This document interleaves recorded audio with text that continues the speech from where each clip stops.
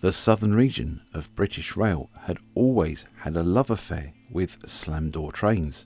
But by the 1970s, this love affair was starting to wear a bit thin. This is the story of the Class 508, the first sliding door trains on the southern region.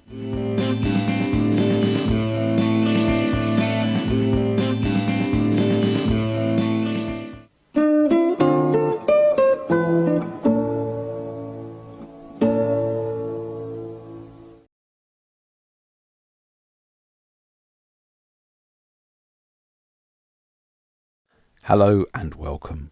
As I said in the introduction, the southern region of BR was synonymous with the use of slam door commuter trains.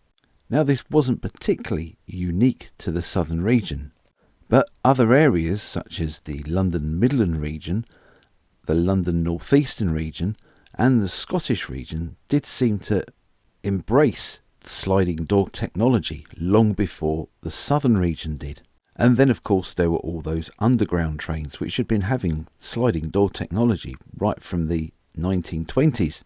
And whilst we all miss the slam door stock, putting the control of the doors in the hands of the passengers, especially some passengers, shall we say, is a little bit dicey. Now that's not to paint everybody with the same brush of course, because millions of people would use slam door trains without any issue. But it's the old adage, isn't it? There's always one or there's always two who intentionally misuse, and then there's faults with the doors not locking properly and people falling from moving trains. Plus, platform staff have to be more vigilant seeing off a train with slam doors. And all of this would start to lead BR looking at a different design. This idea would actually go back to the late 1960s when BR would be looking into a new generation of suburban electric multiple unit trains. At this time the sub-units were starting to get to the point where they would need replacement, and within the next 10 years the southern region could see there would be a vast number of new units needed. In 1970 it was decided to build a prototype fleet of 3 units, 2 4-car sets and 1 2-car set, which would be gangwayed all the way throughout. These would be known as the PEPs by the southern region, the PEP, and would be high capacity commuter trains with sliding doors. The PEP designation would be for prototype electro-pneumatic braking, but they would also be known as pack-em-in perpendicular. They would feature all sorts of new things such as rheostatic braking in addition to the standard EP brakes, clamp disc braking with the heat from the braking being utilised for train heating, and full air conditioning all the way through, although this was later changed and opening windows would be fitted. The 2 4-car sets would be delivered to the southern from York Works during May 1971 and would be numbered 4001 and 4002, and these would be delivered in BR Blue. A 2-car coach would follow, and this would be numbered 2001, and this would be left in unpainted aluminium livery with red body side insignia. After training and testing, these trains would be put to work in 6 or 8 car formations on the Southwestern Division on the Waterloo, Shepperton, Hampton Court and Chessington duties. The PEPs would last in service on the Southwestern Division until October 1976. During the operation of these units, the passenger reaction was closely monitored, this feedback going into the design of the new stock. Interestingly though, the first vehicles to be derived from these prototypes would be the Class 313 dual voltage 3-car units for use on the eastern region, as well as the Class 314 for the Scottish region, the 507s for the Midland region and the 315s for the eastern region. But the southern region's 508s didn't emerge until 1979, when the first of a fleet of 43 units started to arrive. And during the research for this video, I discovered something that I didn't actually know, that this class of unit was actually originally intended for Merseyside from the word go, but was diverted down to the southern region.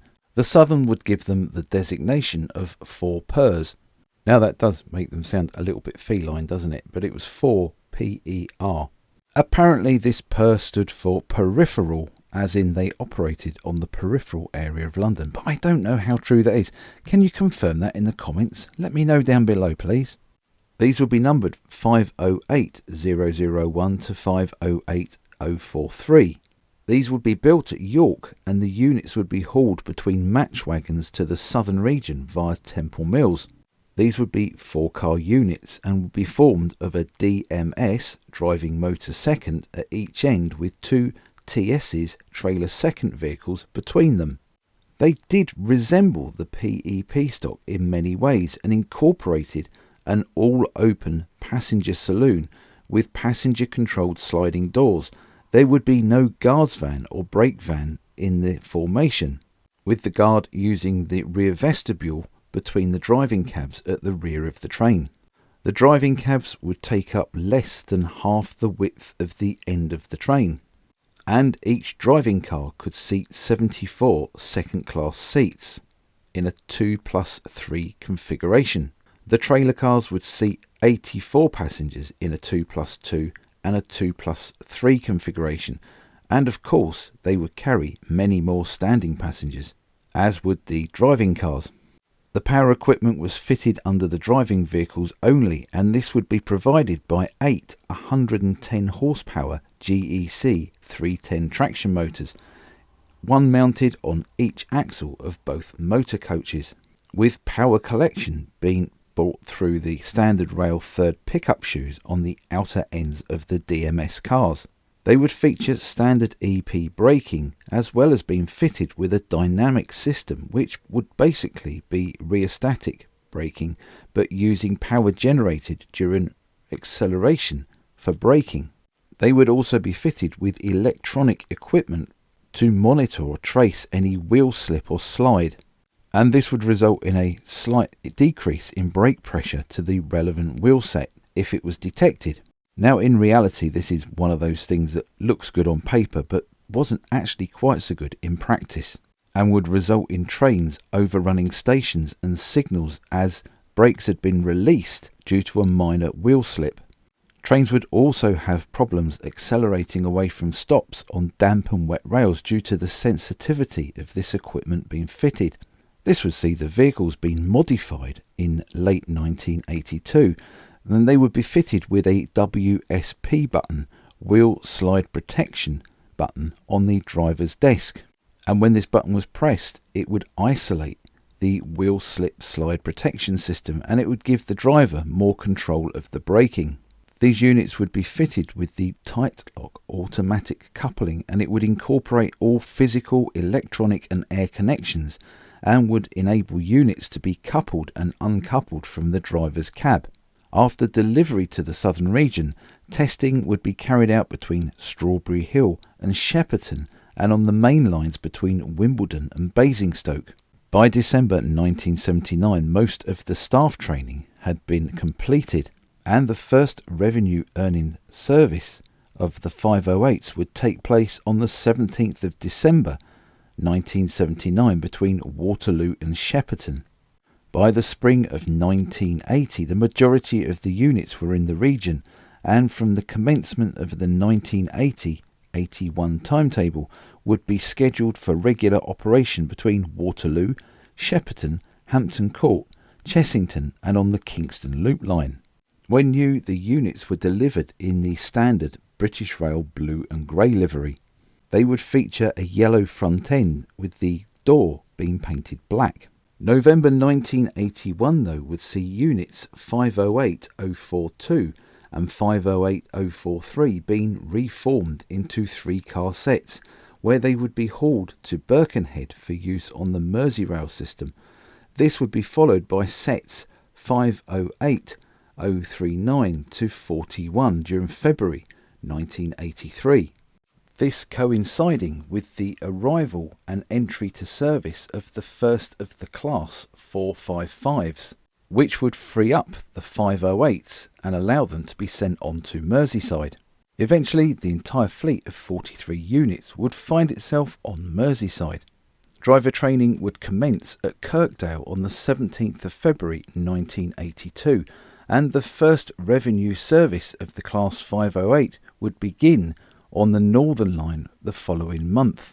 They would later appear on the Wirral Line service on the 8th of June 1984, and by the end of March 1985 they had replaced the rather elderly Class 503, some examples of which dated back before the Second World War. During their time at Merseyrail, the trains would be maintained at Birkenhead North TMD, and minor maintenance would be undertaken at Kirkdale TMD. These would become a familiar sight around the Merseyrail network, and would give many years of good service. When these units were on the southern region, they were 4-car units, but when they were transferred to Merseyrail, one of the trailers was removed, so they became 3-car units.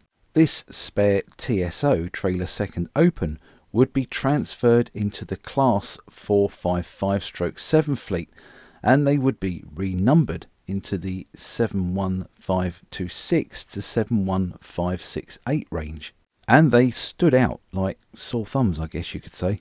By the mid-1990s though, Merseyrail had an excess of units, and this would see 12 of the Class 508s leased to Connex Southeastern, where they would be used on Kent services and would replace the slam door forcep units. Before entering service though, they would be refurbished at Eastleigh Works, and this would include the installation of 2+2 seating and wheel-in cycle racks in the centre cars. These would be reclassified as Class 508/2s and would be given the numbers of 508-201 to 508-212. They would mostly appear on the London Bridge to Tunbridge Wells, Paddock Wood services, as well as Strood, Maidstone West, Three Bridges, Sittingbourne, Sheerness-on-Sea, as well as Grove Park to Bromley North. During this time, the units would be based at Gillingham. However, these rather Spartan trains were not very popular with the passengers, citing the ride quality alongside the lack of toilets and first-class facilities not being up to spec. These units would be taken over by Southeastern, and one of them would be refurbished in 2005 to try and improve its external appearance. But despite this, in September 2006, Southeastern would have extra Class 466 units that it could cascade into the area and replace the 508s on the Sheerness and Medway Valley lines. This occurring by the end of the December 2006 timetable. These changes would see the reduction to just 6 serviceable units, and 5 units would be placed in a warm store at Chartleacon TMD, with one of these later being cannibalised for spare parts. When the Tunbridge to London via Redhill services were transferred to Southern, Southeastern would place the remaining Class 508 units into store in December 2008. In 2003, Silverlink would lease 3 508s for operation on the Watford DC lines to assist its fleet of Class 313s. These would be modified so they could make them compatible with the 313s, and they would be reclassified as Class 508/3s. The delivery of the Class 378 Capital Star units would see the withdrawal of the 508/3s, and they would be scrapped in 2013. In the spring of 2012, Mersey Travel would announce that it was beginning a project for the replacement of the Class 508 and 507. Although the lease on these units would be extended to 2018, and they would now be leasing the units from Angel Trains. January 2016 would see Mersey Travel announcing the shortlist of companies bidding to build the new trains, and these would be the trains that replace the 507s and the 508s on their system. December 2016 would see this announced as Stadler Rail had won the 460 million contract, and this would result in the new Class 777 trains. the delivery of which would start in the summer of 2019 and would see all the old units being replaced by 2021. Well, that was the plan anyway, because the first of these units didn't enter service until late in January 2023. On the 29th of October 2023, a farewell tour of the Class 508 would operate and would use units 508139 and 508141, with the class being officially withdrawn from service on the 16th of January 2024. The last of the Class 508 units would be sent to scrap in February 2024. The 508s had a pretty good service life in all fairness, although there were several notable incidents and accidents they were involved in. The 21st of April 1982 would see Unit 508031 on the 6:34 service from London Waterloo through to Shepperton. Unfortunately, at Shepperton though, the train would carry on over the buffers and demolish a wall and some barriers. Initially it was suspected that the accident had been caused by some grease being applied to the rail the night before for brake testing, and this grease hadn't been cleaned off properly. Yes, really. But it was later found that the train's brakes were faulty. The 26th of October 2005, Unit 508124 would suffer a derailment just outside Liverpool Central when the tracks spread underneath the train. This was caused by poor track condition. And in 2007, on the 6th of March, one of the units would be derailed near Crowhurst in Surrey as it operated the 5 o'clock Tunbridge to Gatwick Airport service, and this was after it hit a fallen tree on the line. After their service life had finished, some of the trailer coaches from the 508s would be converted to translator coaches, where they would be used to haul new electric multiple units between diesel locomotives. There's a couple of units that survive though and have managed to escape the cutter's torch. A couple of trailers would end up at the Emergency Services Training Centre at Seacombe, whilst a few would find their way to the Fire Service College at Moreton in Marsh. One unit is also apparently preserved. 508201 is preserved by the 400 series preservation group and lives on the East Kent Railway. Now I have to admit I got all excited when I read that, but a little bit more research revealed that it's not the whole unit. It's just one car. It's a driving motor and it's been converted into a translator coach. That's a shame, isn't it? It'd have been nice to see a complete unit preserved. But as we do say in a lot of these videos, it does take a huge amount of work to preserve a complete unit. They take up a vast amount of space, and then once you've got them, what can you do with them? There are no third rail preserved railways around, are there? Well, not at the moment anyway. I hope you enjoyed this look at this rather quirky class that went from the home counties to Merseyside. Don't forget to share your comments, thoughts, theories and memories on the Class 508s down below. Also, don't forget to hit the subscribe and like button and share this video. Many thanks for watching. Bye for now.